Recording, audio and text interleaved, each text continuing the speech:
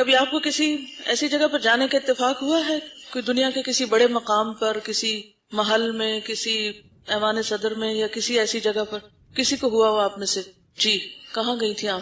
قومی اسمبلی کا جو ایوان ہے اس میں گئی تھی. اندر جا کر آپ کی کیا فیلنگ تھی؟ یعنی عام لائف سے ایک ٹوٹلی چینج فیلنگ تھی؟ اور کوئی؟ جی ہاں، یہ کہتی ہیں کہ پرائم منسٹر ہاؤس جانے کا ان کو اتفاق ہوا تو ایک مروبیت کی کیفیت ہوتی ہے، اور آپ نے دیکھا ہوگا کہ اس وقت ہماری چال، ہمارے ایکشنز، ہماری گفتگو، ہماری نگاہیں، سب پہ فرق پڑتا ہے یا نہیں؟ یعنی وہاں پر جو سارے وردی میں لوگ کھڑے ہوتے ہیں یا پروٹوکولز ہوتے ہیں وہاں جو بھی، تو ان کی وجہ سے بھی ہمیں محسوس ہوتا ہے کہ لوگ ہمیں دیکھ رہے ہیں، واچ کر رہے ہیں، کیا پتا کہیں کو کیمرہ ہی لگا ہوا ہو یا کچھ. تو ہم ہر جگہ پر بہت محتاط ہو کر کھڑے ہوتے ہیں. لیکن جب ہم اللہ پاک کے حضور کھڑے ہوتے ہیں، نہ ہمیں فرشتوں کے دیکھنے کا کوئی احساس ہوتا ہے، نہ خود اللہ تعالیٰ کے دیکھنے کا کبھی احساس ہوتا ہے، نہ ہماری نگاہ پہ فرق پڑتا ہے، نہ ہماری کیفیت پہ فرق پڑتا ہے، نہ ہمارے انداز پہ. بس پڑھ لیتے ہیں، نماز پڑھ لی تو ٹھیک ہے.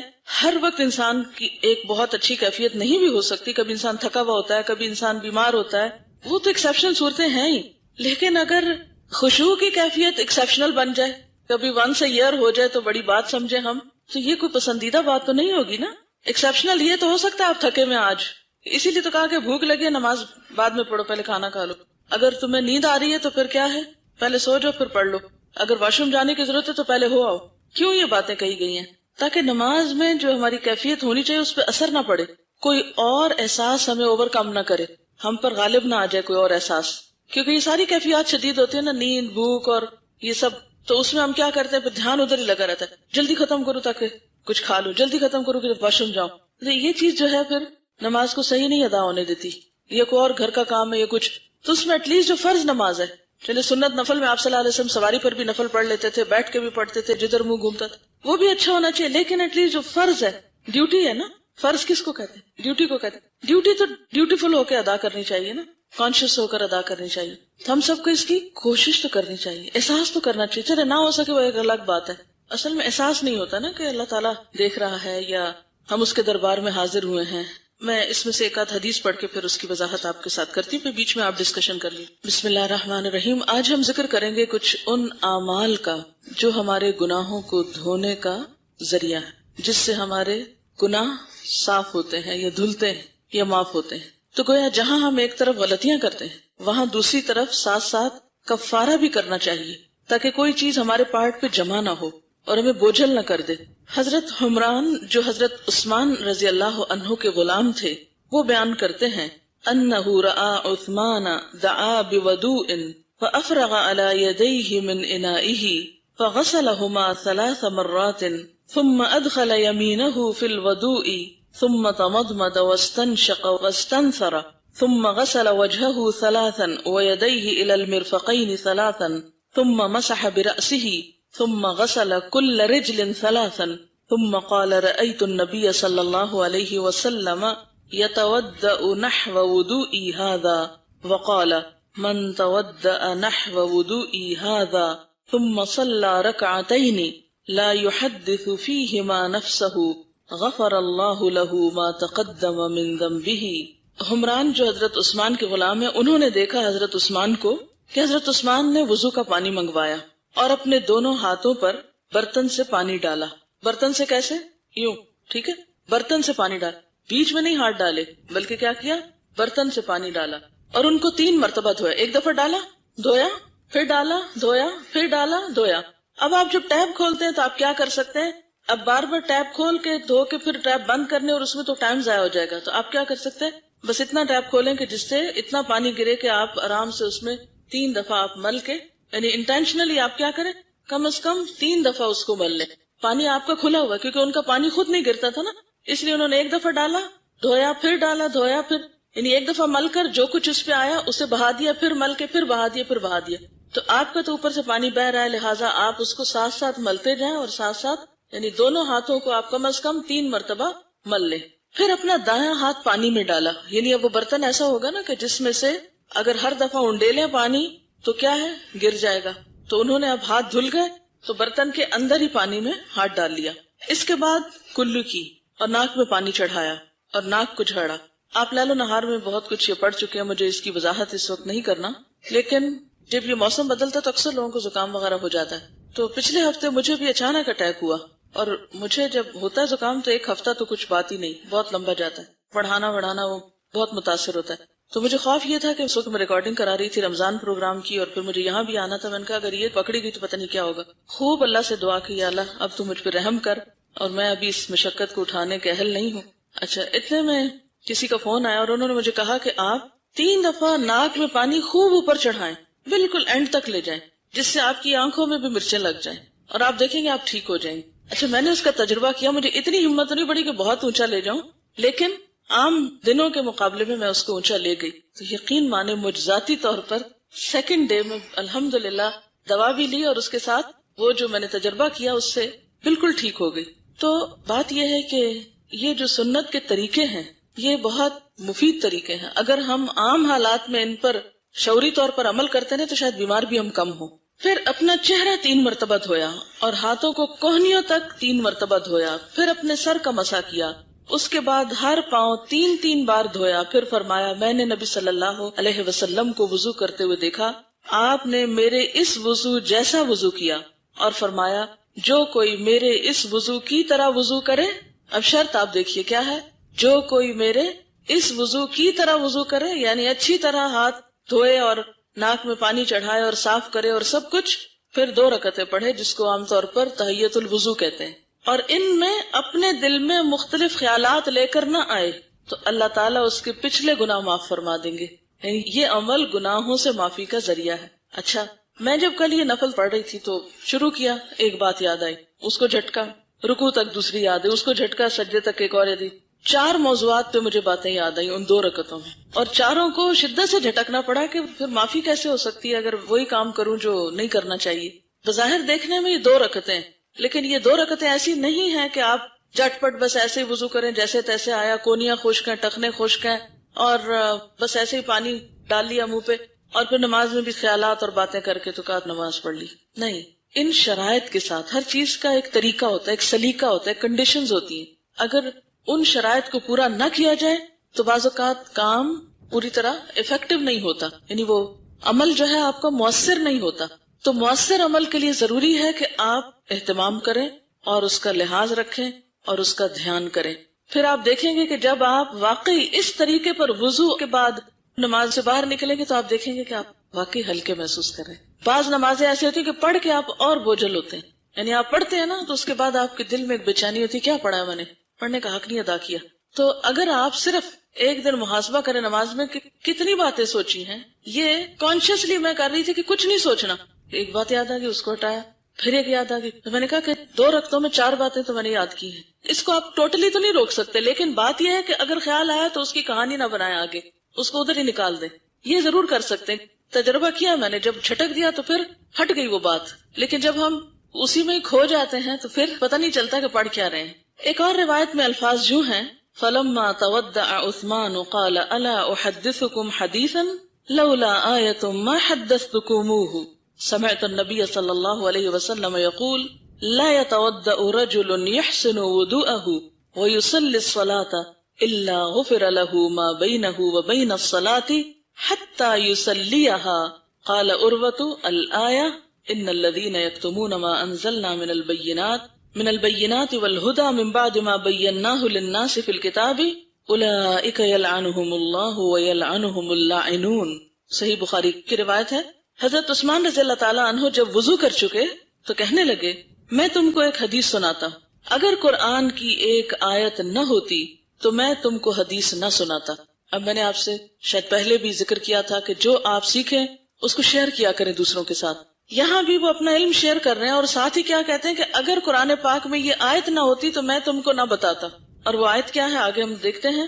پہلے وہ حدیث سناتے ہیں، میں نے نبی صلی اللہ علیہ وسلم کو فرماتے ہوئے سنا جو شخص اچھی طرح سے وضو کرے اور اس کے بعد نماز پڑھے تو جتنے گناہ اس نماز سے دوسری نماز کے پڑھنے تک ہوں گے وہ بخش دیے جائیں گے. عروہ نے کہا کہ آیت یہ ہے، ترجمہ بے شک جو لوگ چھپاتے ہیں ان چیزوں کو جو ہم نے نازل کی روشن دلیلوں اور ہدایت میں سے، اس کے بعد کہ ہم نے اپنی کتاب میں انہیں لوگوں کے لیے کھول کر بیان کر دیا ہے، یہی وہ لوگ ہیں کہ لعنت کرتا ہے ان پر اللہ تعالیٰ اور لعنت کرتے ہیں ان پہ لعنت کرنے والے.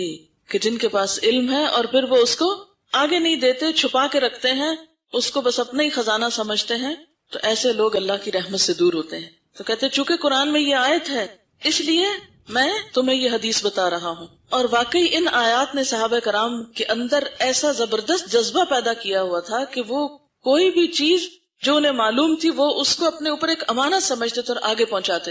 اور اگر آپ دیکھیے کہ وہ نہ پہنچاتے تو کیا علم ان تک ہی بس نہ ہو جاتا، ختم نہ ہو جاتا؟ آج ان چیزوں سے ہم کیسے فائدہ اٹھاتے؟ اور اگر آج ہم اپنے پارٹ پر ان کو آگے نہیں پہنچاتے تو دوسرے لوگوں تک کیسے بات پہنچے گی؟ انہیں کیسے پتا چلے گا؟ وہ کیسے فائدہ اٹھائیں گے؟ ان کی آخرت کیسے سنورے گی اگر ہم ان باتوں کو آگے نہیں کنوے کریں گے؟ لہذا آسان طریقے سے کسی کتاب کی شکل میں، کسی کیسٹ کی شکل میں، خود بول کر، کچھ بھی، کوئی بھی طریقہ ہو کہ جس کے ذریعے آپ علم کو آگے سے آگے پہنچائیں، تو یہ سب کام اللہ کی رحمت کو پانے کا ذریعہ ہے. بہرحال خلاصہ یہ ہے کہ ہر نماز اگر صحیح طریقے پر ادا کی جائے، یاد رکھیے شرط ہے اس میں، صرف نماز پڑھنا ہی نہیں، اگر نماز صحیح طریقے پر ادا کی جائے، صحیح وضو کے ساتھ، تو وہ نماز کفارہ بن جاتی ہے ان غلطیوں کا جو پچھلی نماز کے بعد سے اب تک کی گئی تھی.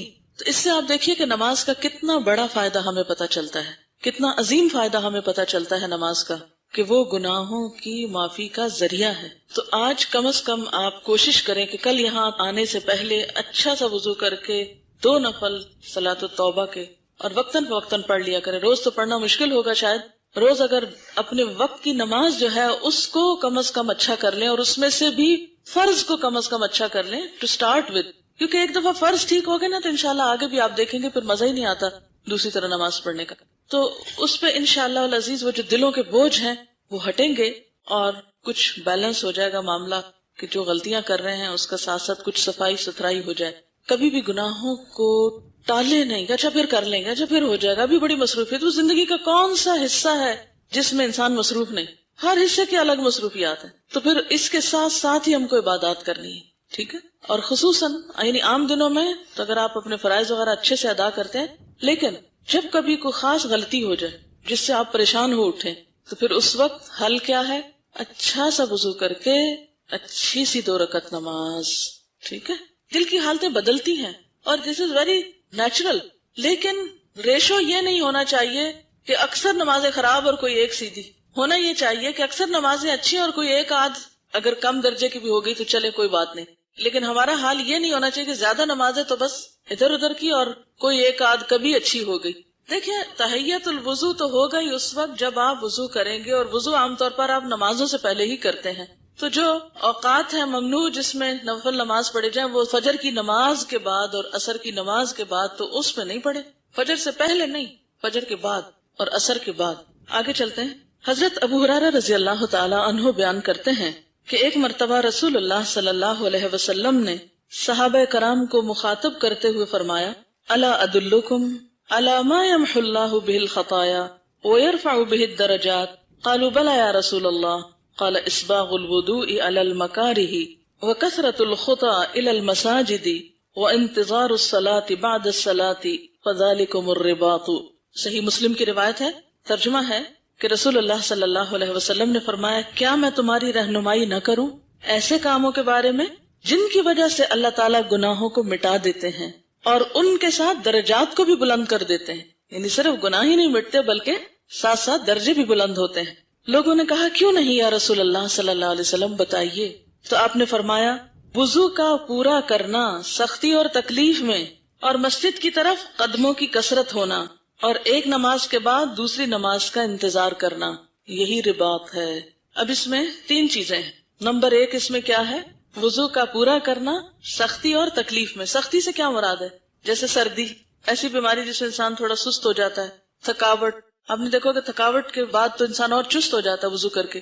اور سفر جب پانی کم ہوتا ہے. بڑھاپا کہ انسان جب جوان ہوتا ہے تو کام آسان ہوتے ہیں، پھر آہستہ آہستہ مشکل ہوتی چلی جاتی ہے. تو بھی انسان ایسی چیزوں کی اگر پابندی کرتا ہے تو وہ اس کے لیے گناہوں کا کفارہ ہے. اب دیکھیے کہ وضو ویسے بھی میل کچیل دور کرتا ہے نا انسان کے جسم کی. تو نہ صرف یہ ہے کہ جسمانی میل کچیل دور کرتا ہے، بلکہ اس کے ایک ایک قطرے کے ساتھ گناہ بھی جھڑ رہے ہوتے ہیں مختلف اعضاء کے. ہاتھوں کو دھونے سے ہاتھوں کے، چہرے کو دھونے سے چہرے کے، کلی کرنے سے زبان کے، پاؤں کو دھونے سے پاؤں کے. دوسری چیز، نماز کی طرف قدم اٹھا کے جانے، خاص طور پہ مردوں کے لیے جیسے مسجد جاتے ہیں تو عموماً سستی کرتے ہیں، گھر میں ہی پڑھ لیتے ہیں، تو قدموں کا ثواب تو کیا؟ تو ہر قدم پر گناہ مٹتے ہیں اور ہر قدم پر درجے بلند ہوتے ہیں. یہ آپ اپنے چھوٹے بھائیوں کو گھر میں جا کے بتا سکتے. چھوٹے بھائیوں کا لفظ میں نے خاص طور پر بولا ہے، چھوٹے بچوں کو، اس لیے ہو سکتا ہے اگر آپ بزرگوں کو کہیں تو وہ آپ سے خفا ہوں. تبھی آپ میں ذرا ہمت اتنی نہیں ہے خفا کرنے کی لوگوں کو، تو اس لیے چھوٹوں سے شروع کر لیں جو آپ کی بات سن لیں، پھر آہستہ آہستہ ان کو کہیں، اور بڑے ویسے ہی سنتے رہیں گے. مخاطب ان کو کر لیں، وہ انڈائریکٹلی سن لیں گے. اور تیسری چیز، ایک نماز کے بعد دوسری نماز کا انتظار، یعنی دل میں بار بار خیال آنا چاہیے اچھا نماز کا وقت تو نہیں ہو گیا. ایک ہوتا ہے انسان اتنا غافل، پرواہ ہی نہ ہو کہ نماز کا وقت کب ہوگا اور کب نہیں. اور ایک یہ کہ دنیا کا کام کرتے ہوئے بھی دھیان کدھر ہو، کہیں نماز نہ چلی جائے، کہیں نماز لیٹ نہ ہو جائے. یہ جو فکر ہوتی ہے نا، یہ بھی اسی میں شامل ہو جاتی ہے. تو یہ رباط ہے. رباط کیا ہوتا ہے؟ سرحدوں کی حفاظت کے لیے جب راتوں کو جاگتے ہیں مجاہد تو ان کے لیے بے پناہ اجر ہے. سورۃ آل عمران کے آخر میں آتا ہے یا ایھا الذین آمنوا اصبروا وصابروا ورابطوا. تو اس رباط میں کئی چیزیں آتی ہیں. بنیادی معنی تو اس کا سرحدوں کی حفاظت ہے، اسلحہ باندھ کے اور تیاری کے ساتھ. لیکن یہ کام بھی کچھ کم نہیں ہے، ایک نماز کے بعد دوسری نماز کا انتظار. اور خواتین کے لیے خاص طور پر ظاہر ہے کہ وہ اور تو کوئی ایسا کام نہیں کر سکتی، تو وہ کم از کم ایک نماز کے بعد دوسری نماز کا انتظار تو کر سکتے. اور یہ گناہوں کی معافی کا ذریعہ ہے. یعنی یہ جو آپ کا خیال رہے گا نا کہ نماز پڑھنی ہے، یہ نماز کی یاد آتے رہنا. اب جس شخص نے قضا کرنی ہو نماز، اس کو تو یہ خیال نہیں آ سکتا نا. جو نمازوں کی پابندی نہ کرتا ہو اس کو تو یہ خیال نہیں آئے گا کبھی. مسلم کی ایک اور حدیث ہے جس میں حضرت عمرو بن ابسہ کے اسلام لانے کا واقعہ بیان ہوا ہے. اس کے آخر میں عمرو بن ابسہ نبی صلی اللہ علیہ وسلم سے یہ الفاظ نقل کرتے ہیں، میں نے عرض کیا اللہ کے رسول صلی اللہ علیہ وسلم مجھے وضو کے بارے میں کچھ فرمائیے. تو آپ نے فرمایا جب تم میں سے کوئی اللہ کا بندہ وضو کا پانی لے کر کلی کرتا ہے اور ناک میں پانی ڈالتا ہے اور ناک کو جھاڑتا ہے تو اس کے چہرے، منہ اور نتنوں کے سب گناہ جھڑ جاتے ہیں. پھر جب وہ منہ دھوتا ہے جیسے اللہ نے اسے حکم دیا ہے تو اس کے چہرے کے گناہ رخساروں کے کناروں کے راستے جھڑ جاتے ہیں. پھر جب وہ اپنے ہاتھ کونیوں تک دھوتا ہے تو گناہ اس کے ہاتھوں کی انگلیوں کی پوروں کے راستے پانی کے ساتھ ہی جھڑ جاتے ہیں. پھر وہ اپنے سر کا مسح کرتا ہے تو سر کے گناہ بالوں کی نوکوں کے راستے پانی کے ساتھ گر جاتے ہیں. پھر وہ اپنے دونوں پاؤں ٹخنوں تک دھوتا ہے تو دونوں پاؤں کے گناہ انگلیوں کے پوروں سے پانی کے ساتھ گر جاتے ہیں. پھر اگر وہ کھڑا ہوا اور اس نے نماز پڑھی اور اللہ کی تعریف کی اور خوبیاں بیان کی اور بڑائی بیان کی جیسا کہ اس کی شان کے لائق ہے، اور اپنے دل کو خاص اللہ ہی کے لیے خالی رکھا.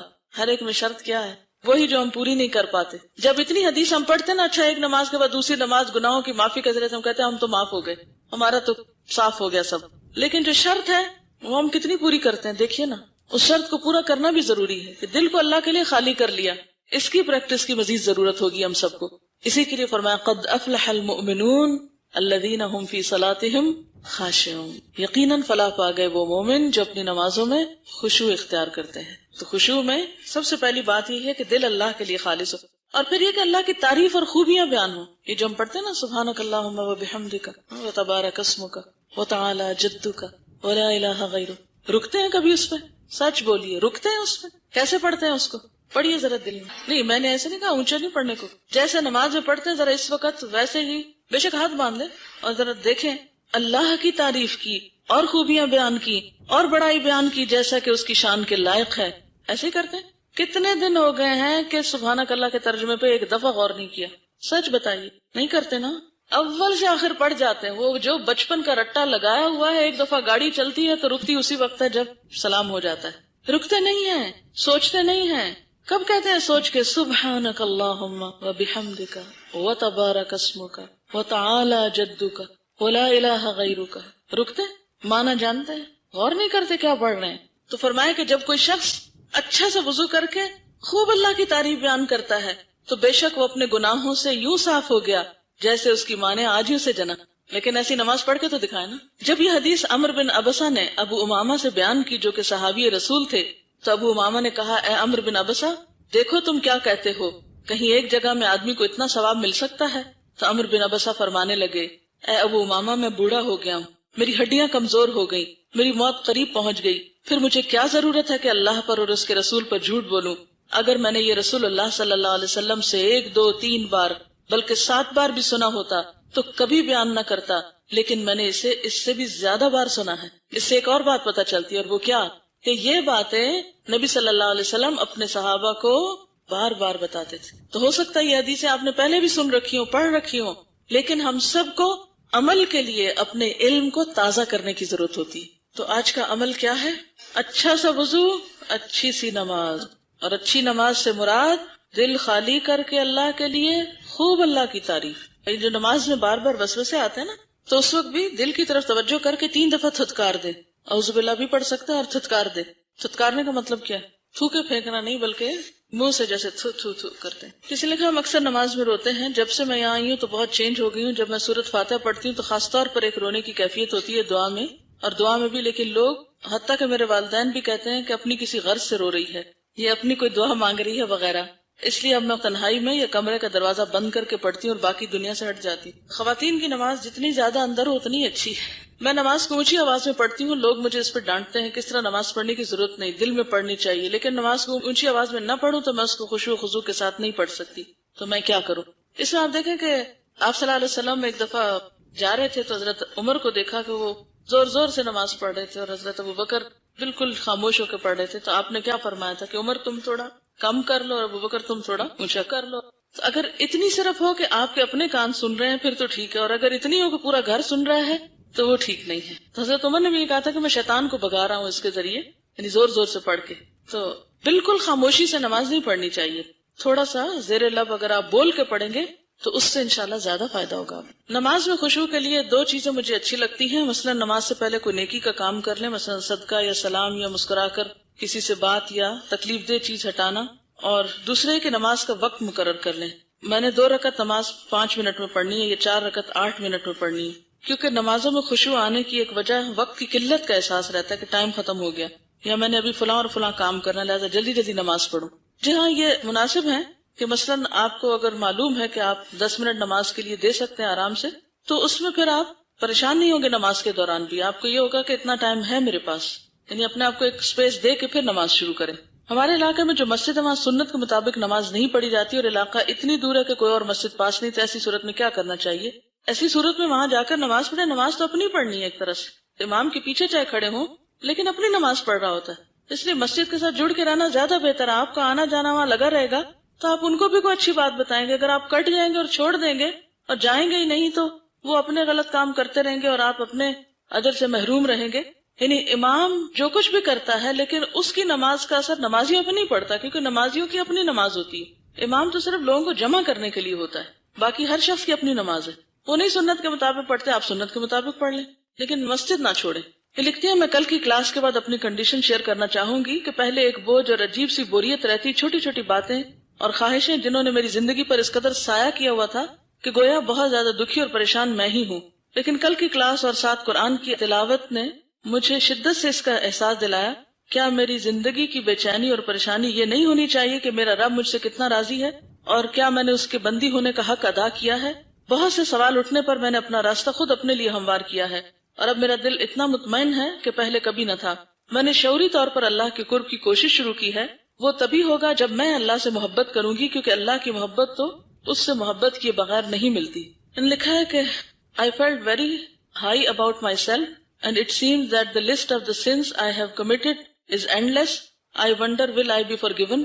بالکل یہ نسخہ اسی لیے تو آج آپ کو بتایا ہے تاکہ کل کا جو آپ کے اوپر ایک احساس ہے اب اس سے باہر بھی تو آنا نا. اس کو طاری اس طرح نہیں کرنا ہم نے کہ ہم اس کی وجہ سے مایوس ہوں. وہ احساس اس لیے کہ ہم اپنے گناہوں کو دیکھ کر پھر شعوری توبہ کی طرف آئیں. عام طور پر ایسا ہوتا ہے جب ہمیں یہ احساس نہیں ہوتا نا کہ ہم نے غلط کیا ہے تو پھر ہماری عبادات میں خوبصورتی بھی نہیں پیدا ہوتی. وہ دونوں چیزیں بے روح ہو جاتی ہے. ایک طرف غفلت کیا ہے؟ غلطی کا احساس نہیں. اور دوسری طرف غفلت کیا ہے؟ نمازوں میں خوبصورتی یا عبادت میں خوبصورتی کا خیال نہیں. ہم سمجھتے ہیں ہم اتنا کچھ تو کر ہی رہے ہیں، نمازیں پڑھی تو رہے ہیں، پھر اور کیا کرنا ہے ہمیں. تو نہیں، اگر غلطی کا احساس ہوگا تو ساتھ ہی ہمیں پھر اس کو دھونے کا بھی اسی درجے کا احساس ہو جائے گا. اور اللہ تعالیٰ کی رحمت تو ہر چیز پہ چھائی ہوئی ہے. کل کا لیکچر اس لیے نہیں تھا کہ آپ لوگوں کو مایوسی میں مبتلا کیا جائے، وہ صرف اس لیے تھا کہ ہم اپنی غلطیاں دیکھنے کے قابل ہو جائیں تاکہ نیکی کے وہ کام جن کو کرنے کا ہمیں کوئی خاص شوق نہیں ہے، جن کی طرف ہم شعوری طور پہ توجہ نہیں دے رہے، وہ توجہ ہماری اس طرف ہو جائے. یعنی اگر گناہوں کا احساس نہ ہو تو نماز میں خشوع نہیں ہو سکتا. کس لیے بولا لائیں گے آپ نماز میں خشوع؟ تو اب یہ دونوں چیزیں ایک دوسرے سے ریلیٹ کر گئی ہیں نا. ایک طرف احساس ہے کہ مجھے معافی چاہیے، میں غلط کرتی ہوں، اور دوسری طرف ایک طریقہ مل گیا. تو اب انشاءاللہ اس سے زیادہ فائدہ ہوگا. کل جب یہ آیت آپ نے بار بار سنوائی الذین یوفون بعہد اللہ ولا ینقضون المیثاق، تو میں سوچ رہی تھی کہ کون کون سے عہد ہیں جو ابھی تک میں نے پورے نہیں کیے تاکہ میں انہیں جلد پورا کر لوں۔ اسی دوران یاد آیا کہ الہدا میں داخلے کے دوران بھی میں نے ایک عہد کیا تھا جسے میں نے کافی حد تک پورا کرنے کی کوشش کی، امانت بھی جو پوری نہ کر پاتی اگلے دن گروپ انچارج کو بتاتی، لیکن پھر بھی عہد کا حق ادا نہ کر سکی۔ اسی طرح پورے قرآن کی رائٹنگ کا جو کام دیا گیا وہ بھی نہ کیا۔ پلیز آپ مجھے اس عہد میں جو کمی ہوئی، جن امانتوں کو پورا نہ کر سکی، اس پر معاف کر دیں، ورنہ مجھے ڈر لگتا ہے کہ کل آپ میری تھوڑی بہت نیکیوں میں سے بھی لے جائیں گی، کیونکہ آج تو آپس میں محبت ہے لیکن کل سب کو اپنی فکر ہوگی۔ مجھے جواب ضرور دیجیے گا تاکہ میرے دل کو اطمینان ہو جائے۔ بات یہ ہے کہ وہ آپ نے میرے ساتھ نہیں عہد کیا تھا، وہ آپ نے اپنے رب کے ساتھ عہد کیا تھا ایک طرح سے، اس پر آپ اللہ تعالیٰ ہی سے معافی مانگے۔ لیکن ایک بات یہ ہے کہ ایسے جتنے بھی عہد ڈالے جاتے ہیں یا جتنی بھی امانت آپ کے لیے کہی جاتی وہ آپ ہی کے فائدے کے لیے۔ آپ دیکھیے، اگر آپ کو قرآن کا ترجمہ یاد نہیں تو آپ کو پتا آپ کتنے خسارے میں۔ کبھی آپ نے اس کا احساس کیا؟ ہمیں معلوم ہے کہ آپ سمجھتے یہ شاید ہمارا کوئی رول ہے یا قانون ہے جو آپ کے اوپر امپوز کیا جا رہا ہے اور آپ مصیبت میں پھنس چکے ہیں یہاں آ کر اور یہ ایک بوجھ ڈال دیا امانتوں کا۔ یہ بات نہیں ہے۔ بات یہ ہے کہ قرآن کا ترجمہ پڑھ کے بھی کچا رہ جائے تو میں سمجھتی ہوں اس سے بڑا نقصان آپ نے کوئی نہیں کیا اپنا۔ اس تعلیم کے بعد سب سے زیادہ جو چیز آپ کی ٹپس پہ ہونی چاہیے وہ قرآن کا ترجمہ ہے۔ کیوں؟ آپ پھر نماز میں پڑھیں، آپ کسی کی تلاوت سنیں، آپ حرم پاک میں جائیں، آپ کوئی بھی چیز کریں تو کلیئر یعنی اتنا واضح ٹرانسپیرنٹ ہو کے سب کچھ سامنے آنا چاہیے کہ کوئی جھول نہ ہو آپ کے اندر۔ بے حد ضروری۔ اگر آپ پوچھیں نا کہ اس پورے کورس کا اہم ترین کام کیا ہے، اہم ترین کام جو علمی اعتبار سے کرنے کا، تو میں آپ سے ایک ہی لفظ میں کہوں گی ترجمہ قرآن۔ جس کو وہ آ گیا وہ کسی چیز میں پیچھے نہیں رہ سکتا۔ اس کی تجوید بھی ٹھیک ہو جائے گی، اس کی گرامر بھی ٹھیک ہو جائے گی، اس کی تفسیر بھی ٹھیک ہو جائے گی، اور اس کے اندر ایک خشوع کی کیفیت بھی آئے گی۔ کیونکہ جب ترجمہ نہیں آتا تو ایک گلٹ آتی ہے اندر، ہے پتہ نہیں اس آیت کا مطلب کیا، پتہ نہیں میں نے صحیح سمجھا بھی کہ نہیں۔ لیکن اگر ترجمہ آپ کو ٹھیک نہیں آتا اور آپ تلاوت سن رہے ہیں اور آیت کچھ کہہ رہی ہے اور آپ کچھ سے کچھ بنا کے پتہ نہیں کہاں پہنچ گئے، تو وہ آپ کا خشوع کیا بنے گا، اس کا کیا نقشہ بنے گا۔ اس لیے میں تو آپ کو نہ دیکھتی ہوں اور نہ کچھ کہوں گی، لیکن یہ آپ ہی کے فائدے میں آپ کو یہ ذمہ داری دی گئی تھی اور دی گئی ہے کہ آپ اس کو اچھی طرح سے پورا کریں۔ یہ زندگی میں سال پھر نہیں آئے گا، آپ چاہے ٹیچر بن جائیں، چاہے آپ مبلغ بن جائیں، کچھ بن جائیں، لیکن یہ جو وقت اس وقت آپ کے پاس بحیثیت ایک طالب علم کے اس قرآن کو یاد کرنے کا ہے کہ آپ کو پڑھایا جاتا ہے، پھر آپ یاد کرتے، پھر سنا جاتا ہے، پھر ٹیسٹ ہوتا ہے، تو یہ گولڈن چانس ہے آپ کے پاس ترجمے کو یاد کرنے کا۔ 10 پاروں کے بعد پہلے اورل ٹیسٹ ہوتا تھا، گروپ میں ایک دن لے لیں، 5 پاروں کے بعد اورل ٹیسٹ سادے قرآن پاک سے، اور تفسیر ہو رہی ہو نا اور دیکھیں کوئی لڑکی تھک گئی، تفسیر بند کرائی اور کہا آپ ذرا کھڑی ہو کے ساتھ کا ترجمہ کریں، کہیں سے بھی پیچھے سے اٹھوا کے نہیں بلوایا اور سب کے سامنے کروائیں۔ دیکھیے پھر یہ کیسی سیدھی ہوتی ہیں، انسانوں کے ڈر سے سیدھا کر لیں گی کہ ہے میری بےزتی ہو جائے گی، میں دوسروں کے سامنے ترجمہ غلط کروں گی۔ اس لیے آپ دیکھیے کہ اگر آپ کو ترجمہ صحیح آتا ہوگا نا، کوئی شخص کہیں مس کوٹ کرے گا آیت، آپ اس کو پکڑ لیں گے آپ کیا کہہ رہے ہیں۔ پچھلے ہفتے لاہور میں ایک بچی سے ملاقات ہوئی، بیچاری تھوڑی سی ذہنی مریض بھی تھی، لیکن مجھ سے کہنے لگی کہ میں نے جب سے 17واں پارہ پڑھا ہے تو میرے دل کی حالت بدل گئی۔ میں نے کہا کیا حالت ہے؟ تو وہ جو بیچاری بتا رہی تھی اللہ تعالیٰ اس پر رحم کرے اور اس کو عافیت دے اور ایمان کی سلامتی رہے، تو کہنے لگی کہ یہ جو آتا ہے نا اللہ یستفی من الملائکۃ رسلا ومن الناس، کہ اللہ چن لیتا ہے فرشتوں میں سے رسول اور انسانوں میں سے، تو کہتی ہیں یہاں لفظ الناس استعمال ہوا ہے نا، تو اس میں عورتیں بھی آتی ہیں نا، اور مجھے ایسے لگتا ہے کہ مجھے بھی اللہ نے چن لیا ہے۔ تو میں نے کہا وہ تو ٹھیک ہے چن لیا، لیکن رسولن سے اس کا کیا تعلق ہے؟ رسالت تو ختم ہو گئی، نبوت ختم ہو گئی ہے۔ تو میں نے کہا کہاں سے پڑھا آپ نے؟ آپ کو کیسے معلوم ہوا کہ آپ کو چن لیا؟ کہتی میرے دل کہتا ہے۔ میں نے کہا تفسیر دل کے اوپر تھوڑی ہوتی ہے کہ آپ ایک آیت کا منمانا ترجمہ کریں اور پھر منمانی تفسیر نکالیں اس میں سے اور پھر کہیں یہ میرا دل کہتا ہے۔ میں نے کہا اس طرح تو میرا دل کچھ کہتا ہے، یہ 2-4 لوگ بیٹھے ان سب کا دل کچھ اور کہتا ہے، تو اس کا مطلب یہ ہے کہ تفسیر قرآن پھر دل کے اوپر کی جائے، تو وہ نتیجہ کیا نکلے گا؟ اس کا قرآن ہے یا کھیل ہے؟